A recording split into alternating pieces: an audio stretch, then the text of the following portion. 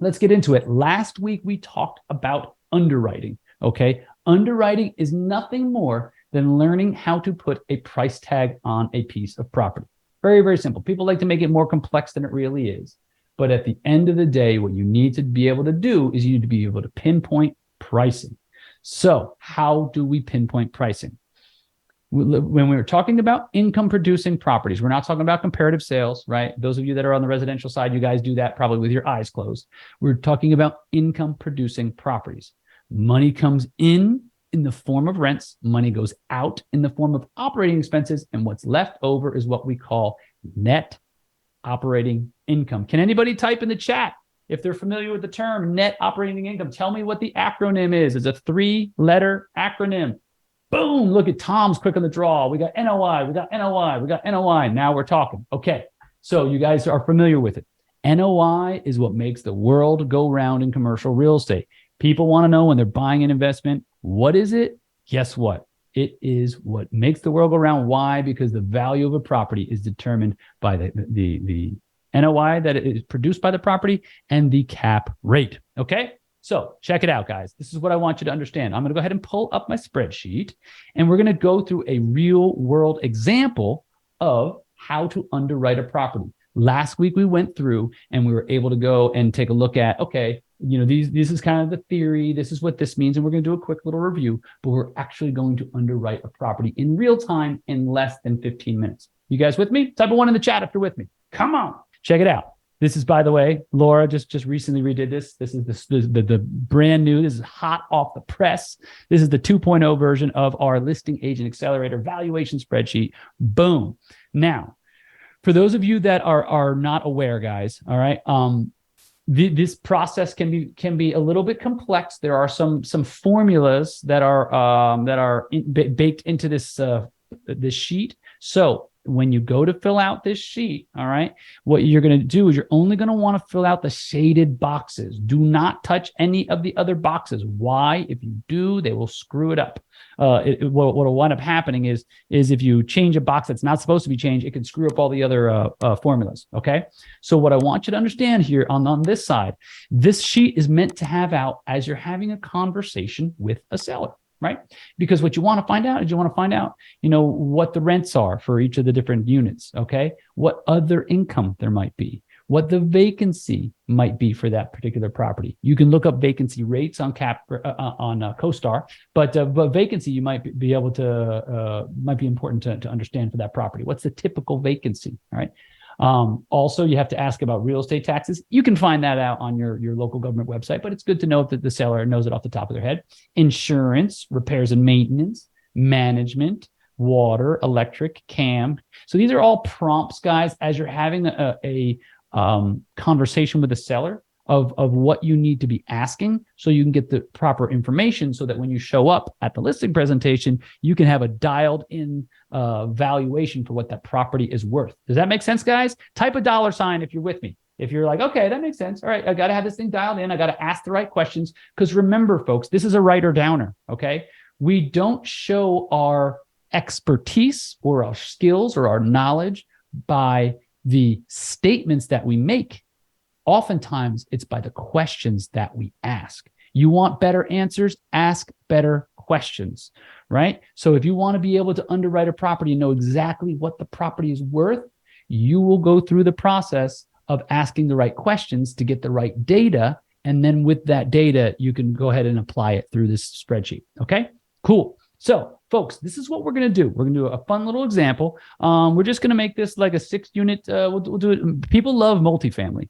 Multifamily is what I call the gateway drug to commercial real estate because everybody, that's where they get their first hit. Why? Because it's very close to like apartments. Everybody understands apartment. Well, it is apartments, but everyone understands what it's like to rent out a house or rent out a duplex or rent out a fourplex. So it's a lot of people feel very comfortable. Most people don't go jump in the deep end of commercial real estate, owning an office building or owning like warehouses and stuff. Most people like to start with multifamily. Multifamily is great because it's got a lot of turnover because you got a lot of people jumping into it. And they say, oh, hell no, I'm not dealing with toilets and clogged sinks at midnight on Christmas Eve. Like that's not for me, right? So a lot of people get in and out of it, which means there's a lot of turnover in it. But that's a side note. The point I'm getting to here, folks, is we are going to underwrite this property. So I'm going to call on some individuals. Get ready. I would like you to have you're ready to unmute, okay? And as I call on you, I'm going to ask you to give me a number, all right? So Alexa, give me the value of a one-bedroom apartment in your city. You're going to have to unmute yourself, my dear. Oh, shoot, it won't even let you unmute. That's right. It's a setting we have in here. Okay, no worries. All right, so type in the chat, folks, what a one-bedroom apartment goes for in your city. Everybody, ready, steady, go. All right, cool. We got 1,300 from Diana. Sweet. We're going to put this in here, 1,300. Boom. All right, now let's see. Tom says 950 for an one-bedroom. Okay, cool. And then we got Jerry's at 2,500. Woo, that's expensive, man. But you know what? Inflation is crazy. Okay, now everybody, starting now, okay, I'm going to type a 2 in here, right? Type in what a 2-bedroom apartment is in your particular market, right? Let's see what you got. So as you notice, guys, okay, we got 1,800. Let's go to 2,200. We got another 1,800. Cool. And then we got another 2-bedroom, 1,500. Perfect. Boom. Love it. Okay, guys, what you're seeing here, I'm just filling out these shaded boxes for units 1, 2, 3, 4, 5, 6. Boom. All we have to do is we go in here and we add in these numbers. What you'll also notice is this multiplies it by 12, and then it multiplies, then it adds it all up so that you have your total number for the year. Very important.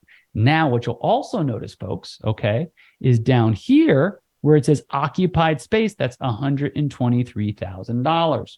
Right? Notice that's the same number. So it adds these up, multiplies it by 12, and inputs it here. Okay. So these are just our rental inputs. This is the way the rent rolls work. This is the rents all added up. Now, if I were to have a vacancy, so in this case, let's say this 6-unit building, it's got 600 square foot or 650 square foot apartments, whatever. And the total size is 400. If I had a vacancy, we would put that number in there. Watch this. If I let's say had a one vacant unit at 650 square feet, watch what happens in this line right here. Watch.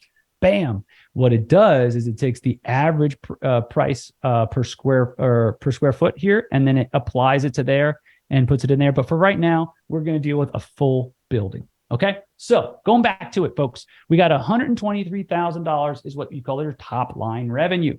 The next is going to be the available space. That's if there's any vacancy. Just because a unit is vacant does not mean it's worthless. I'm going to say that again. Guys, think about it. Just because a unit is vacant doesn't mean it has no value. It means it has no cash flow, but it does not mean that it has no value. Make sense? I'll give you a wild example. Buckingham Palace. The royal family moves out. Does Buckingham Palace have zero value?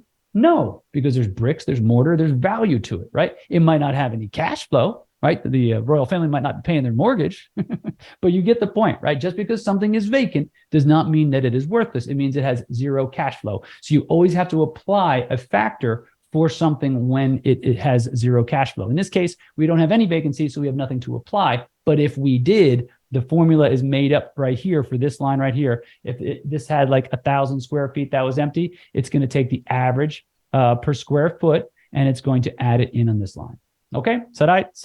Okay, so here's the cool thing, guys. For those of you that are in the know, those of you that were here last week and paying attention, can anybody tell me what makes up, and type it in the chat, what makes up other income? Let's go ahead and fire that chat up. Let's go, guys. See what you got. Come on. What makes up other income? What are some things that are not rent that in an apartment building you would have? Okay, Tom says laundry. Love it. Parking. Love it. Okay, what else we got? Let's think outside the box, guys. What's outside? Laundry. Pets. Good. Here we go. You got pet deposits. What else? We got storage. Solar panels. Yeah, there we go. Good. Okay, these are all forms of income that are not directly attributable to rents. What they're attributable to is you got a vending machine. If you got coin-op laundry, if you've got you rent out the parking lot for special events, whatever that might be. Okay, cool. You guys get the idea. So what I want to show you folks here is, let's put in a line item. Everybody type in a number between $4,000 and $7,000. Type in the first one that I see in the chat. we're going to put that in for additional income in between $4,000 and $7,000. There we go. Okay. Fano says 4,000. Boom. Okay. So this is if there's something above and beyond the base rents or above and beyond the rents for the property, it's going to be go into the other income box. Okay. So you take the potential gross rents, you add other income, and that's going to give you the gross potential income. Now, remember, folks, if you guys were here a week or two ago, okay, I said, and it's true, no building is 100% occupied 100% of the time, which means you have to account for if you're unable to collect rent. Think of like landlords, multifamily rent landlords during COVID. They couldn't collect rent for months, right? And also maybe that when a tenant moves out, they have to repaint the unit, they have to change the bathroom, whatever. There's always going to be some form of vacancy or collections. So you have to put in a factor. Better areas will have lower factors. Worse areas will have higher factors. Okay, but let's just somebody type in the chat a number in between. Let's say 5 and 7%. First one in there. I'll go ahead and use in the sheet here. What do we got? Talk to me. Okay, Karen, Ricardo says 5%. Love it. What's up, Ricardo? Good to see you, man. Welcome back. All right. Okay, cool. So when I type in a 5%, notice that it automatically adjusted this number. Okay. 5%, what it is it's 5% of G30. Okay, boom. So what we want to do is take 5% here, and you're gonna subtract it, because if you can't collect the rent and you can't collect because it's vacant, you subtract it off of the total, and it leaves you with an effective gross income of 120,000. Okay, remember, guys, this formula is very simple. Money comes in the form of rents and other income, and then it goes out in the form of expenses. People that tell you that underwriting properties is somehow complex, they're trying to make something, and guys, type a 1 in the chat if you've ever had that. You ever felt like, like other commercial agents or maybe brokers and stuff, they want to make this sound like it's more, like it's like some sort of thing that you got to be like a magician to know, right? Karen's with me, right? If people try to make this more complex than it actually is, guys, money comes in, money goes out. What's left over is NOI. You apply a cap rate to the NOI, and boom, you got the value of a property. It's literally that simple, okay? But everyone wants to make it sound like you got to be Albert Einstein. This is multiplication, addition, division, and subtraction. And I give you the spreadsheet, so you just punch in a bunch of numbers, right? So getting back to it, folks, right? So what you're left over with, so this is a rent after you have added other income and subtracted out vacancy and collections. Cool. We got $120,850. Now, somebody type in the chat a number in between, let's say $12,000 and $18,000. Let's see what we got. We're going to put that in for real estate taxes. What do we got? Okay, Lexus 16.5, quick on the draw. Love it. Okay, 16.500. Boom. Okay, sweet. Now, insurance, guys, this can be a killer. A lot of people I've spoken to that are in the industry, especially ones that work on condo boards and so forth, and some of my friends own some multifamily and stuff. They're telling me that the insurance prices are doubling in some markets, right? It's just gone bonkers, right? Cost of construction, so on and so forth. So somebody give me a number between $4,000 and $9,000. Let's see what we got. Boom, boom, boom, boom. Boom, Latasha's quick on the draw. 7,000. Love it. Thank you, Latasha. Boom. Okay, so we just type in 7,000 and you hit enter. Okay, you guys with me so far? And the cool thing is, folks, at the end, we'll give you guys a copy of this sheet, and then you can get a replay so you can sit there and actually learn this stuff. All right, guys? So repairs and maintenance. All right, somebody do me a favor and type in a number between 9 and 11,000 for repairs and maintenance. Let's see what we got. Okay, 8,500 from Tyrone. Thank you, sir. Okay, 8,500. Boom. All right. And now here's the thing, guys, management fees. Now here's an important conversation to understand. Management fees can be tricky, right? Because you might have an owner that has owned the property for 30 years. His son-in-law cuts the grass. His deadbeat, kid is the one that does all the plumbing repairs, right? he's got, he does it like on shoestrings and bubble gum. He doesn't pay a professional company. And Mr. Seller can't understand why buyers want to hire a management team, and because maybe the buyer owns 50 other properties just like it, right? So what you have to understand is, even if the seller that you're representing, right, does not pay a management company, you still have to put it in there as what I call a placeholder. Why? Because there's a high likelihood that the next person, and the likelihood of that increases as the size of the property increases, right? So very, very important that you put in some sort of placeholder. Maybe it's not 10%, maybe it's 7, maybe it's 6, maybe it's 8, but you have to have something in there, because whenever you bring a property to market, guys, I promise you, listen, if you hear anything today, okay, be conservative in your underwriting. Why? Because brokers love nothing else than taking a big, hot, steaming dump all over your underwriting if you're underwriting pie in the sky, if you're doing a bunch of pro formas. How many of you ever seen some brokers, show of hands, and you're like, what are they smoking? Because this doesn't, yeah, Alexa's with me, right? Okay, Missy's with me. Yeah, that's the point, folks. You have to be realistic. Like, don't pee on my leg and tell me it's raining. All right, because you can't tell me that there's 100% vacancy and that there's zero management and this and that and the other thing. You got to be realistic, because if you have unrealistic underwriting, I'll tell you what's going to happen as a listing broker. People are going to start looking at where else you're lying, because they know you're full of it on the underwriting. Does that make sense, folks? Type of one in the chat if that makes sense. It's like when you catch catch your kids in a lie. You're like, what else are they lying about? What else are they hiding, right? So it's very, very important. Number one, to take listings at prices they'll actually sell for. Don't be that broker, okay? I have taken overpriced listings before, all guilty, but do your best to avoid it, okay?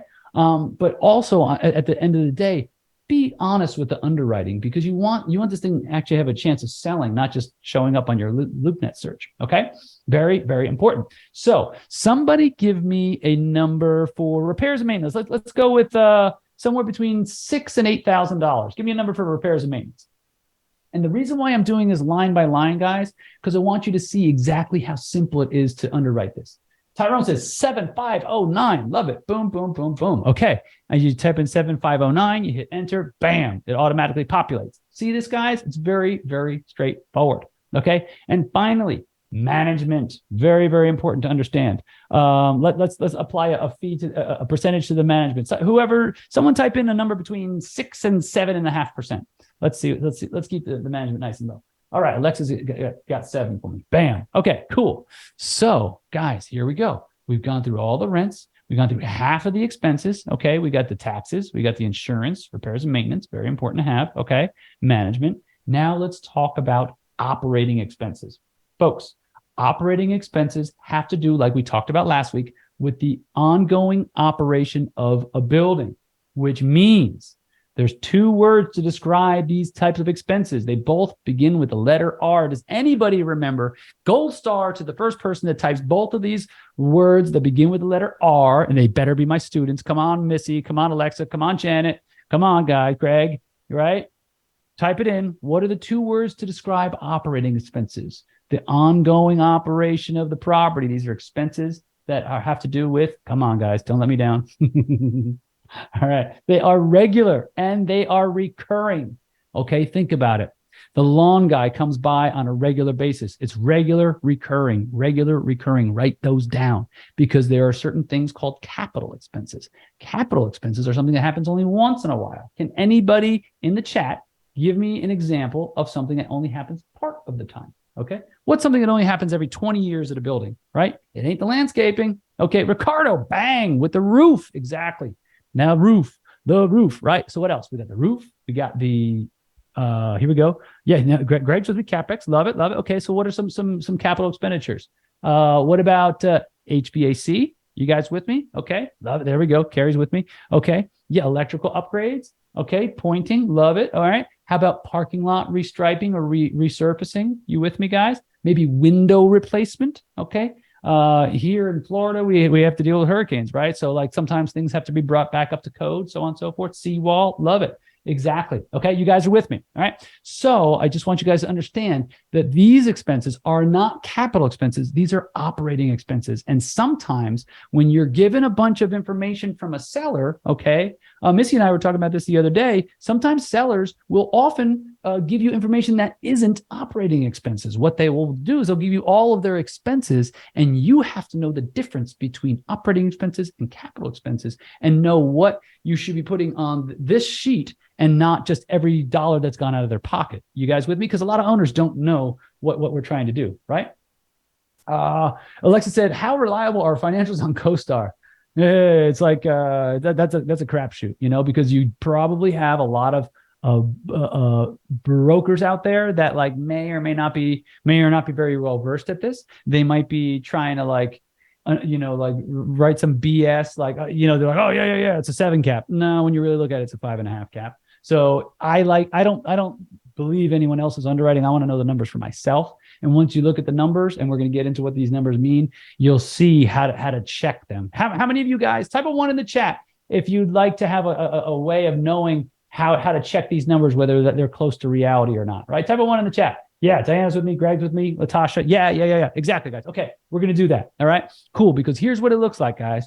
When we'll get that in just a second. So somebody type in between 1,000 and 2,000. Type a number in the chat for the water bill, the annual water bill. Boom, Tom, it's quick on the draw. $1,250. Sweet. Okay, landscaping. What do these guys pay? Type a number in between 800 and 1,050 for landscaping. What do we got? Okay, we got 1,000. Love it. Okay, sweet. Okay, guys, electric. Okay, you might say to yourself, wait a minute, don't the tenants have like individually metered units? Yeah, probably, but maybe there's some lights out in the parking lot, right? Maybe there's plants, a light lighting up the flag or the plants or the landscaping, whatever, right? So let's go ahead and type that in. What's the electric bill like per year? Somebody throw a number between 2,000 and 4,000, please. Let's see what we got. 3,500 it is. Boom. Okay. So, and then finally we have CAM. All right. Common area maintenance. Maybe it's picking up cigarette butts in the parking lot. Maybe it's sweeping up the hallways. Maybe it's mopping the center, center. Okay. So we got 2,900. Let's go with 2,900. Bang. Okay. And then finally, janitorial. I created a laundry list of these things, guys. Not every property is going to have all of these, but I want you guys to understand what they look like. I want you to understand that these are things that you need to be able to consider. Not every building is going to have janitorial. A warehouse building probably is not going to have janitorial, right? But I want you to understand all the things that could be, and they are regular and recurring. Okay. And then finally, janitorial. Let's go at 1,200. Okay. Boom. All right. Now look at this. Hear ye.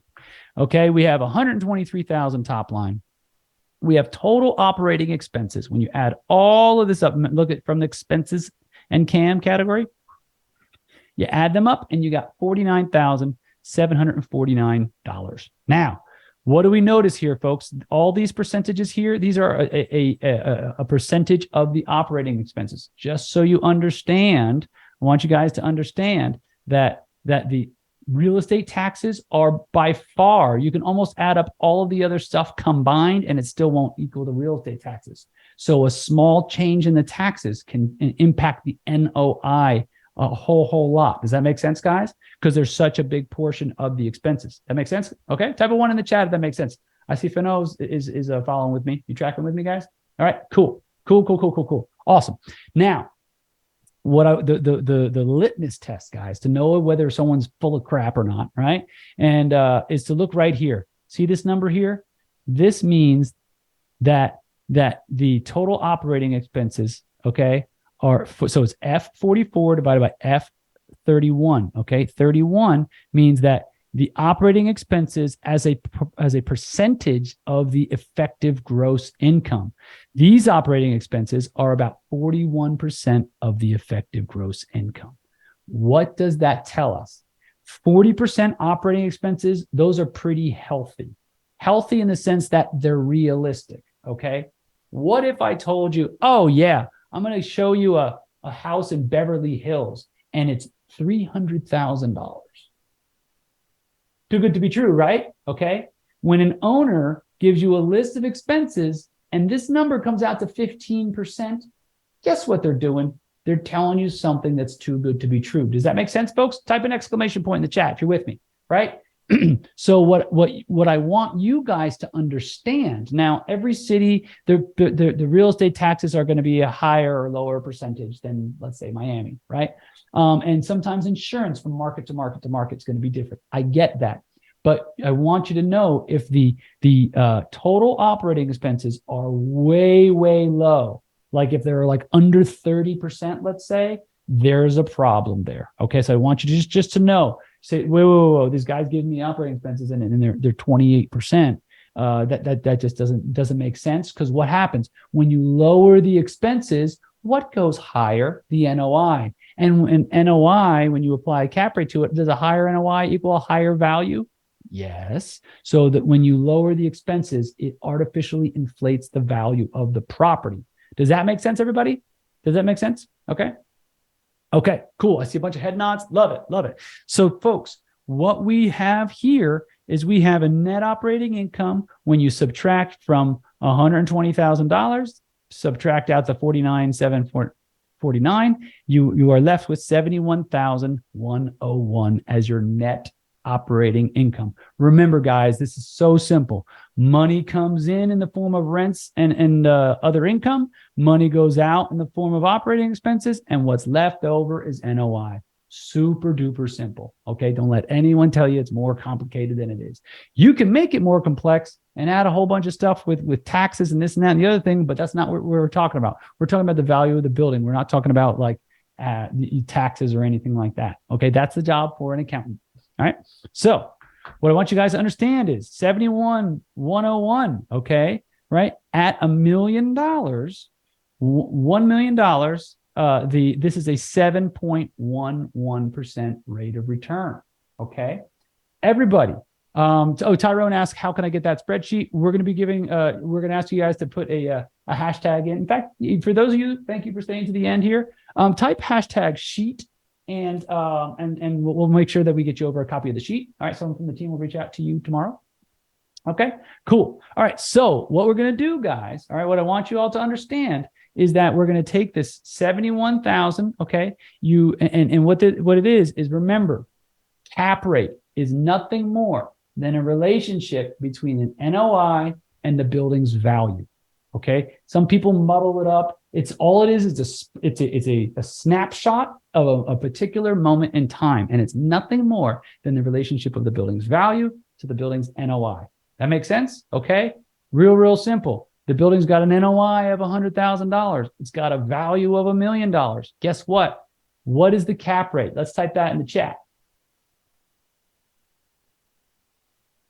So it's $100,000 NOI. It's $1 million value. What is the cap rate? 100,000 divided by 1 million equals, boom, there it is. It's a 10 cap, exactly, or 10% capitalization rate. Very good, guys. Okay, you want to keep it very, very simple, very, very high level. Okay, so, but if let's say we change the value, okay, remember, two kids on a seesaw, okay, what happens? One kid goes up, the other goes down. One kid goes down, the other goes up. So remember, okay, when the value goes up, the cap rate goes down. When the cap rate goes up, the value goes down. It's two kids on a seesaw. So if I were to increase the value, what happens to the cap rate? Two kids on a seesaw. What happens, guys? Dun, dun, dun. Greg says, I'll take a 10 cap all day long. So would I, trust me. There we go. Exactly. So when we go up with the value, the cap rate's going to go down. So watch this 7.11, guys. If I go up to $1.2 million, boom, it comes out to 5.93%. Boom. Exactly. Okay. And if I go down, if I got a 900,000, what do you think is going to go? If I go down with the value, what's going to happen to the cap rate? Right? Dun, dun, dun. It's going to go up. Exactly. Okay. Very, very simple, guys. Very, very straightforward. Okay. Now there are levels to this. You can get a whole lot more in detail, but I'm just giving you just a nice overview of this stuff, guys. Very, very important to understand. Okay. So with this sheet, you can literally, I don't care if it's 4 units, 400 units, or 4,000 units, you can literally underwrite the Empire State Building if you want to. Literally, no joke, no exaggerations at all. You just have to enter in a few more line items. Instead of being 6, you might have like 600 tenants or whatever. You with me, guys? Okay, cool. I think Peno said, is that expense? Is it still profitable even with 41% total operating expenses? Absolutely. Yeah. If I could do 41% operating expenses on all my properties, yeah, I'd be fine with that. It's because you have to pay your insurance, you have to pay your maintenance, you have to pay your taxes. These are things you just have to do. But yeah, it's absolutely profitable. This is totally within market. For you have a 60%. All right. Cool. Good stuff, guys. Now, here's the thing. All right. None of this means anything if you don't implement it. So type hashtag sheet in and somebody from the team will reach out to you either later today or tomorrow. But what's more important, guys, what's more important than any of this is taking it and putting it into work. Okay. Information, you'll hear me say this over and over and over again. Information without implementation gets you absolutely nothing. Guys, this is just one piece of the puzzle. Remember, like we talked about in the beginning, you have your skills and you have your knowledge, right? And those are the two things keeping you from earning the type of money you want. Guys, does anybody know what Sunday is? Can anybody tell me what Sunday is? What is Sunday? Type in the chat. Anybody? Wild guess? Wild guess? Exactly. October 1st. Folks, do you know October 1st is the beginning of the 4th quarter? How many of you guys thought you'd be further ahead become the beginning of the 4th quarter than you are today? Be honest, all right? You know who you are. How many of you said to yourself on January 1st, this is my year. I'm going to do this. I'm going to knock it out of the park, right? For those of you that said that and hadn't gotten there yet, there's 2 things holding you back. That's your knowledge and that's your skills. If you guys want to close that gap, I can show you how. We've done it over and over and over again, right? I'm going to go ahead and put a link in the chat. If you guys want to come, I'm doing a presentation tomorrow. What it is, it's about the 9-step process. Valuation is one of those 9 steps. If you learn all of these skills, there is nothing to stop you from taking listings month after month after month. In fact, I was just on the phone with one of my students earlier today, Nick Basiloff. Shout out to Nick. He's probably on here somewhere. But he didn't have his real estate license 6 months ago. He started dialing with our systems, and he is just shy of 90 days in. He already has 4 commercial listings. He's supposed to be taking a 5th one by the end of this week. Guys, if you want in the next 90 days to take 5 listings, and he has never, ever sold a piece of property before getting his license in April 1st of this year. Okay, how many of you want to learn how to take commercial listings starting from 0, right? Type a 5 in the chat. If you guys are serious about this, go ahead and put I'm going to put a link in here. All right. And by the way, for my students, you don't have to come to this. I'm already teaching you this, what this link is for, just as a heads up. Sometimes you guys get on, I'm like, what are you doing? But anyhow, this is what it's all about, folks. If you want to make next year your year, because whatever prospecting you do today, it's going to sell next year. So any work you do from now until December 31st is all money you're going to make in 2024. If you want to make 2024 your best year ever, you have to close that gap between skills and knowledge, because until you close that gap, you're still going to be where you are in the same place this time next year if you don't close that gap. Does that make sense? Okay. And for those of you that say, oh, I just need the sheet and I'll figure out the rest. Guys, that's like a surgeon saying, just show me which end of the scalpel I cut with, and I'll figure out the rest for brain surgery. I can't tell you how many people are like, oh, just show me where to get leads. I got the rest. No, I promise you, statements like that will keep you from learning. Okay, so you got to close that gap between your skills and your knowledge. So guys, let me go ahead and put it over on the Facebook side of things. If you are serious, and please only if you're serious, guys, because we have a lot of people sign up and then they don't show up. please don't take away from someone else's ability to be part and come and learn, because I break down the entire process. I show how one of our agents in his first 90 days in the program cashed a $42,500 check, and he had never taken a commercial listing or sold a commercial property before coming on board with us. First 90 days in, he took 4 listings in 5 weeks. Okay. It's available for anyone that's willing to put in the work. All right, guys. So if you're serious about this, Missy said this is the best decision I ever made. Shout out to Missy. She's getting it done. She's getting her car wash sold. She's getting on the phone. She's going to be creating a business that she could have probably only dreamed of. She's putting the things into motion. Okay. The thing is, folks, you have to understand, we take a very abstract kind of process and we break it down into bite-sized pieces. Very, very important. If you're willing to put in the work, if you're willing to put in 60 to 90 minutes a day, you will not recognize your business a year from now. Okay. We have students that in the first 6 months have cashed 6-figure checks. I'll be showing you exactly how they did that tomorrow. Okay. So for those of you that are interested, want to learn, it's free for anyone that wants to join. But we do have a limit of 12 occupants. So please, if you're not serious, don't sign up. But if you are serious and want to make 2024 your year, go ahead and sign up, and we look forward to seeing you there. Guys, thank you so much for coming every week. I really, really appreciate it. Thank you for staying to the end, because it's only the people that are willing to learn and implement. The one thing I'm going to ask you about, okay, is if you go in, I'll go ahead and put the link in again.